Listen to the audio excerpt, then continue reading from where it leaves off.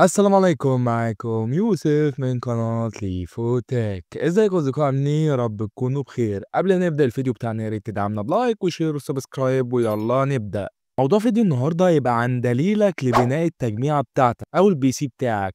بلاحظ كتير قوي ان في ناس ما تعرفش تبدأ بايه في التجميعة. يعني انت دلوقتي معاك مثلا 10000 جنيه او 5 او 3، مش عارف تجيب بقى الرام الاول ولا السي بي يو ولا الجي بي يو ولا اي حاجة. في الفيديو ده ان شاء الله هقول لك على القطع الاهم اللي انت تجيبها الاول مع الشرح. على ما اظن الفيديو ده هيبقى متقسم على جزئين، بسبب ان انا يعني هتكلم عن كل قطعه في القطعه دي باستفاضه. فما تنساش تدعمنا بلايك، ويلا نخش بقى في موضوع فيديو النهارده. اول واهم قطعه هتبدا بيها في البي سي بتاعك هو المعالج او السي بي يو. السي بي يو بتاعك ده يعتبر العقل او المخ بتاع البي سي بتاعك، يعني انت ما ينفعش تستغنى عنه. يعني حرفيا بدونه البي سي كله مش هيشتغل، ولازما لازما لازما تختار معالج حلو. يعني ما تختارش اي معالج وخلاص. انت متخيل كده انك بتختار عقلك؟ تخيل بقى تختار عقلك عامل ازاي.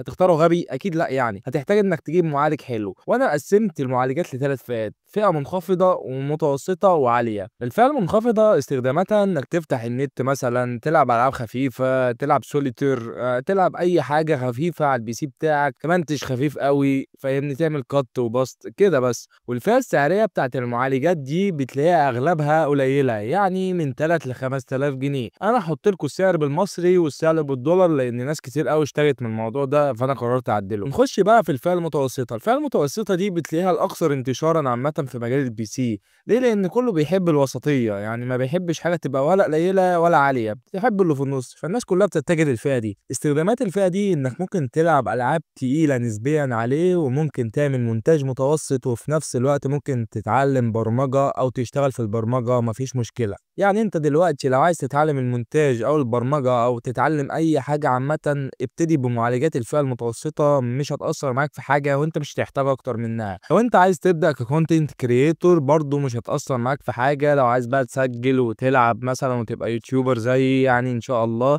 مش هيأثر معاك في حاجه برضو لو جبت معالج من فئه متوسطه. والفئة السعرية اللي انت بتلاقي فيها المعالجات دي من 6 ل 15000 جنيه، مش هتعلى عن كده. ونخش بقى في فئة الوحوش، الفئة العالية. الفئة دي يا جماعة لها ناس معينة، يعني مش أي حد يروح يجيب معالج من فئة عالية. ليه؟ بسبب إن هو غالي، وفي نفس الوقت انت ممكن إمكانياتك أو مثلا استخداماتك ما تجيش نص أصلا إمكانيات المعالج ده، فاهمني؟ الفئة العالية دي مش اسم وخلاص يا جماعة. يعني انت هتحط فلوسك في الفئة دي هتلاقي قدامها أداء، يعني انت مش هترمي فلوسك في الأرض من الآخر. استخدامات الفئة دي أعلى استخدامات. يعني أنت عايز تلعب ألعاب على 8K، تمام، هتلعب ألعاب على 8K مع طبعا ال RTX 4090 على ما أظن، وال 5090 هيظهر هيبقى ب 200000 جنيه قريب يعني. ولو أنت واحد محنيك في المونتاج بقى وعايز تمنتج على أعلى جودة وأعلى كل حاجة، هتجيب معالجات الفئة العالية غصب عنك، لأنك مش هتلاقي الأداء بتاعها في الفئة المتوسطة ولا الضعيفة، تمام. ولو أنت ليك في ال 3D، الفئة دي عمرها ما هتزعلك. انا مش عايز اتكلم كتير عن الفئه دي اكتر من كده، بسبب يعني انا مش محتاج ان انا اتكلم عليها، لان هي شارحه نفسها. فئه عاليه يعني فيها كل حاجه، يعني من الاخر يعني. والفئه السعريه اللي بتلاقي فيها المعالجات دي من 16000 جنيه وانت طالع الى ما لا نهايه. ونخش في تاني اهم قطعه معانا، وهي كارت الشاشه او الجي بي يو. كارت الشاشه من اهم الحاجات في البي سي، بسبب ان هو المسؤول ان هو يطلع لك الصوره اللي انت بتشوفها. يعني انت لو دخلت اي لعبه او اي حاجه، الصوره اللي انت بتشوفها سببها كارت الشاشه، مش حاجه تانية. وانا قسمت فئات كارت الشاشه لاربع فئات. اول فئه وهي فئه ال 720 بي، وتاني فئه معانا 1080 بي، وتالت فئه ال 2K، ورابع فئه ال 4K.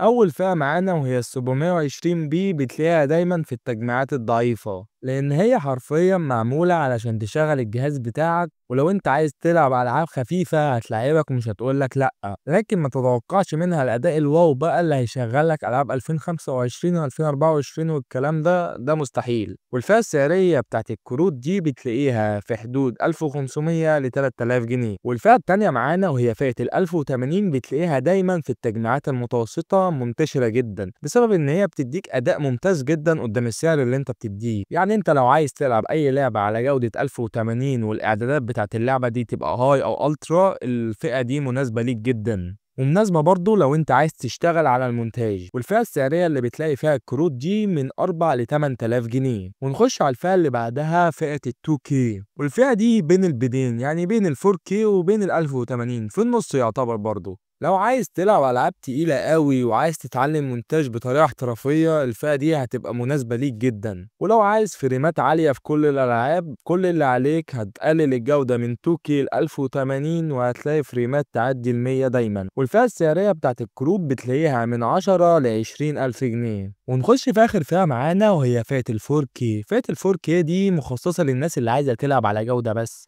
حرفيًا يعني أنت لو بتحب الجودة العالية جيب الفئة دي وأنت مرتاح ومتطمن. فئة ال4K مش بيهمها بقى اللعبة تقيلة بقى فشيخة معمول فيها كل حاجة، هتشغلها لك و60 فريم كمان. وفي حتة المونتاج على 4K الكروت دي بتبقى سادة دايمًا يا جماعة. والفئة السعرية بتاعة الكروت دي من 40,000 جنيه وأنت طالع بقى. وأنا ليه دايمًا باقول وأنت طالع؟ لأن الأسعار في مصر مش مستقرة. يعني أنت عندك كارت زي ال4090 كان في واحد مسعره ب215,000 جنيه. أنت متخيل الرقم؟ 215,000 جنيه دوّة ممكن أقدم على عربية بيهم. ونخش بقى في تالت وأهم قطعة في الPC بتاعنا هي المذر بورد. المذر بورد دي من الاسم بتاعها هي اللي بتشيل كل حاجة في الPC بتاعك. المعالج بقى، كارت الشاشة، الرام، الHDD، كل حاجة بتلاقيها في المذر بورد. عايز أقول لكم على حاجة قبل ما أقسم الفئات بتاعة المذر بورد، حاول وأنت بتختار المذر بورد بتاعتك تخليها متناسقة مع المعالج بتاعك. هتقول لي يعني إيه متناسقة؟ يعني المذر بورد دي تبقى مناسبة للمعالج بتاعك وبتركب على السوكت بتاعه. علشان ما تجيش تتفاجئ بعد ما جبت المذر بورد بتاعتك وجاي تحط المعالج عليها تلاقيه مش بيركب او ركب ومش بيقرا. الموضوع ده حصل معايا علشان كده بنبهكوا عليه. ونخش بقى في موضوع الفئات بتاعت المذر بورد. انا طبعا مش هعمل موضوع الفئات ده مع المذر بورد. ليه؟ لسبب واحد بس، ان ما فيهاش اداء. يعني انت دلوقتي لو جبت مذر بورد ب 5000 جنيه وجبت واحده تانية ب 10000 جنيه مش هتلاحظ الاداء. يعني هتلاحظ بس ان فيها مثلا ممكن منافذ رام اكتر، ممكن سولوتات SSD، سولوتات M.2 اكتر كده، فيها RGB، الكلام ده كله. يعني ما فيش اداء ولا في اي حاجه تدل على الاداء. فانا ما ينفعش ان انا اقول لك ان في فئه المذر بورد دي تجيبها وفي فئه تانية ما تجيبهاش والكلام ده. المذر بورد انت هتختارها بناء على المعالج بتاعك اول حاجه. تاني حاجه بناء على الPC بتاعك. يعني لو PC عالي تجيب له مذر بورد عاليه، PC متوسط تجيب له مذر بورد متوسطه. فاهمني؟ ونخش بقى في رابع واهم قطعه معانا وهي الرام. والرام وظيفتها بكل اختصار ان هي بتخزن البيانات. يعني مثلا دخلت على كروم، عملت كذا تبويب، دخلت اليوتيوب، دخلت الفيسبوك، دخلت ده كله، الرام بتخزنهم عشان مثلا لما تيجي ترجع لهم تلاقيهم زي ما هم. والكلام ده على كل البرامج، على المونتاج مثلا زي ادوبي بريمير، على الالعاب كلها بلا استثناء. وفي الفئات بتاعت الرام انا هقسمها لفئتين بس، الفئه العاديه والفئه الاعلى من العاديه. الفئه العاديه اللي هي الفئه المتوسطه بالنسبه لي. الفئه العاديه دي بتبقى محتاجه 16 جيجا رام. 16 جيجا رام دي هتكفيك في كل حاجه، مش هتحتاج اكتر من 16 جيجا رام لو جهازك متوسط. لكن بقى لو شغلك عالي بقى والدنيا معاك جامده بقى ومعاك معالج جامد وكارت شاشه، يا باشا جيب 32 جيجا فما ازيد. انا مش عايزكم يا جماعه تربطوا الرام بالاداء بتاع الجهاز. انا شرحت الموضوع ده في الاخطاء بتاعه الPC بتاعه الفيديو على ما اظن اللي قبل اللي فات. وفي ناس بقى هتسالني هو انت ليه يا جو ما قلتش الفئه الضعيفه تجيب ايه؟ الفئه الضعيفه معروف هتجيب ايه، هتجيب 8 او 4 جيجا رام. ليه؟ بسبب ان كده كده المعالج بتاعك ضعيف وكارت الشاشه بتاعك ضعيف. يعني انت هتجيب لي الرام اللي هي يعتبر بعد الاتنين دول اعلى منهم؟ طب ليه؟ بالعقل يعني. وزي ما قلت لك في الاول الرام ملهاش دعوه بالاداء. المهم يا جماعة أنا هكتفي بالقدر ده النهاردة، وإن شاء الله هبقى أعمل جزء تاني من الفيديو ده. بس انتظرونا، يا ريت تدعمونا بلايك وشير وسبسكرايب. يلا بيس.